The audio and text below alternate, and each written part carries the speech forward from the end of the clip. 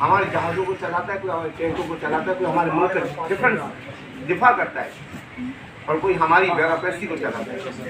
तो ये सारी की सारी जो है मेन वजह जो होती है ना, तालीम अगर उनके पास होती है। देखिए ना, आज तक पाकिस्तान में कोई ऐसा मुझे बता दे जो अनपढ़ हो और वो बड़े होते में पहुँचा हो। जितने भी आए हैं सभी पढ़े लिखे आए हैं, क्योंकि तालीम बहुत जरूरी है। तालीम के बगैर देखें उन्हें कोई रोशनी, तालीम खुद एक रोशनी है। और जो है अंधेरा जुल्मत है, अल्लाह जुल्मत को मिटाता है, रोशनी को फैलाता है। ये अल्लाह का कुरान में आता है कि मैं जुल्मत को मिटाता हूँ और रोशनी को फैलाता हूँ। और सबसे पहले अल्लाह ने कसम खाई है वल कलम, अल्लाह ने कलम की कसम खाई है। कलम की कसम क्यों खाई है? ये हमें तालीम, लेकिन नबी भी आता है तो क्या होता है, इल्म का मुंबई भी होता है ना, इल्म का मुंबा भी होता है ना। दूसरे काफिरों ने क्या कहा कि ये नबी जो आया ये तो पता नहीं ये जादूगर है, उनके पास इतना इल्म कहाँ से आया? वो इल्म अल्लाह का था।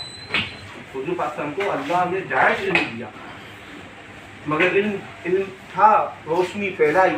उसके बाद क्या हुआ कि यही जो जाहिल थे, मक्के के जाहिल थे, जब जिनको बकरियाँ चरानी नहीं आती थी, उन्होंने पूरी दुनिया पे हुकूमत की, उन्होंने पूरी दुनिया पे हुकूमत की। अल्लामा इकबाल ने कैसे कहा कि वो शुरू हुए कुरान और हम ज़रिए फार से तारिक कुरान हो गए, यानी हमने कुरान को छोड़ दिया तो हम जलील हो गए। और उन्होंने कुरान को संभाला। तो कुरान क्या है? अगर आप कुरान देखें तो पूरा इल्म है, पूरे अल्लाह के अहकामात हैं, और पूरी जो है हमारी तमाम माशरत उसके अंदर है। इवन किसको क्या हकूक देने हैं, किसकी विरासत में क्या हकूक है, हमें लेन देन कैसे करना है, हमें लोगों के साथ इखलास से कैसे पेश आना है, और हमें अल्लाह का हुकूक कैसे अदा करना है, इंसानों के हुकूक सबसे ज़्यादा सबके अंदर अल्लाह पाक ने कुरान के अंदर पूरे का पूरा निचोड़ रख दिया है। मगर आज हम कुरान नहीं पढ़ते, चले ठीक है, मगर ये इसके साथ साथ जो हमें असली तालीम मिली है उन पर तो हम तालीम दें, तवज्जो दें, उस पर भी हम तवज्जो नहीं देते।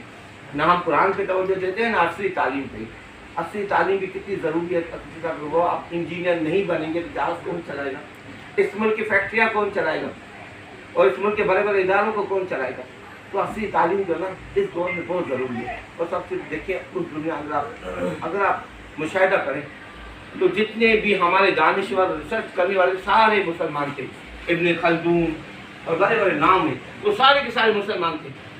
उन्होंने पता नहीं उस दौर में सकराती ज़बान जो सकराती चलती तो उन्होंने लिखा, मगर उसके बाद एक अंग्रेज़ों ने उनका तर्जुमा इंग्लिश में किया। सही। और वो आज जो है उसी को सीख के वो पूरी दुनिया में हुकूमत कर रहे हैं। और सारी की सारी रिसर्च जितनी भी की है वो मुसलमानों ने की है। अगर आप देखें, आप जितने साइंटिस्ट देखें आप उनके, वो सारे के सारे मुसलमान थे, सब के सब। और उनकी जो है ना आज रिसर्च पे जो है मैं आपको सबसे बेहतरीन बात बताता हूँ। मैं गया लंदन में, तो लंदन में जब मैं गया तो मेरी एक आदत है कि मैं नमाज जो है वक्त पढ़ता हूँ। तो उस ज़माने में जो फजर की नमाज वहाँ 6 बजे पौने 6 बजे होती थी वहाँ पे। तो हमारे ये सिस्टम नहीं, 4-5 किलोमीटर की मस्जिद थी, तो हमें भेजा तो नहीं जाता, उसके लिए 1-2 सेकंड के अंदर बसें आती हैं। वो पूरा शेड्यूल आता है आपके पास, आप यूँ जाए 2 सेकंड के पास बस आ जाती है, वो हो जाता है। आप यकीन करें उनके पास सुबह 6 बजे से ही वो अपनी काम में शुरू हो जाते हैं। और ये किसने कहा? इस्लाम ने कहा। और हम जो है 12 बजे उठते, हमने छोड़ दिया। हमने फिर अंग्रेज़ों ने और दूसरी कौमों ने हमारे निज़ाम को अपनाया।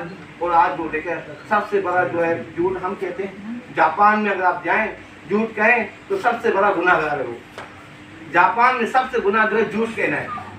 आप जाएं वहाँ पे किसी के मसलन कहीं इंगेजमेंट होगी दोनों की, अगर उसे झूठ कह दिया तो वो शादी नहीं करेगी लड़की के साथ झूठ कहने से। यानी देखिए वो सारी जितनी अखलाक और तालीमात है दूसरी कौमों ने उठाई है, तो हमें ये किसके जिम्मेदार हम। हमारे अल्लाह ने एक ओहदा दिया, district education officer, primary secondary, आप तालिब एजुकेशन ऑफिसर, और हमारी बहनें जो बैठी हुई हेड मास्टर हैं या एजुकेशन पढ़ाती हैं, वो सब की सब जिम्मेदार हैं।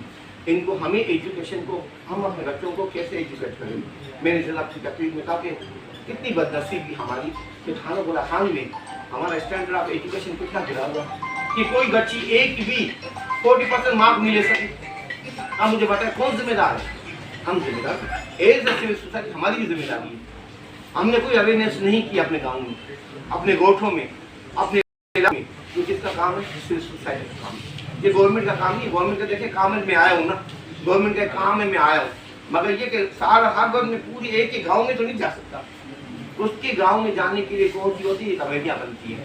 یہ ایکشن کمیٹیاں کون بنائے گا؟ ایجوکیشن ہمارے پروگرام میں بھی ہے کہ ایجوکیشن ڈپارٹمنٹ ہوگا اور وہاں کی سول سوسائٹی ہوگی اور وہاں کے نوٹیبلز ہوں گے.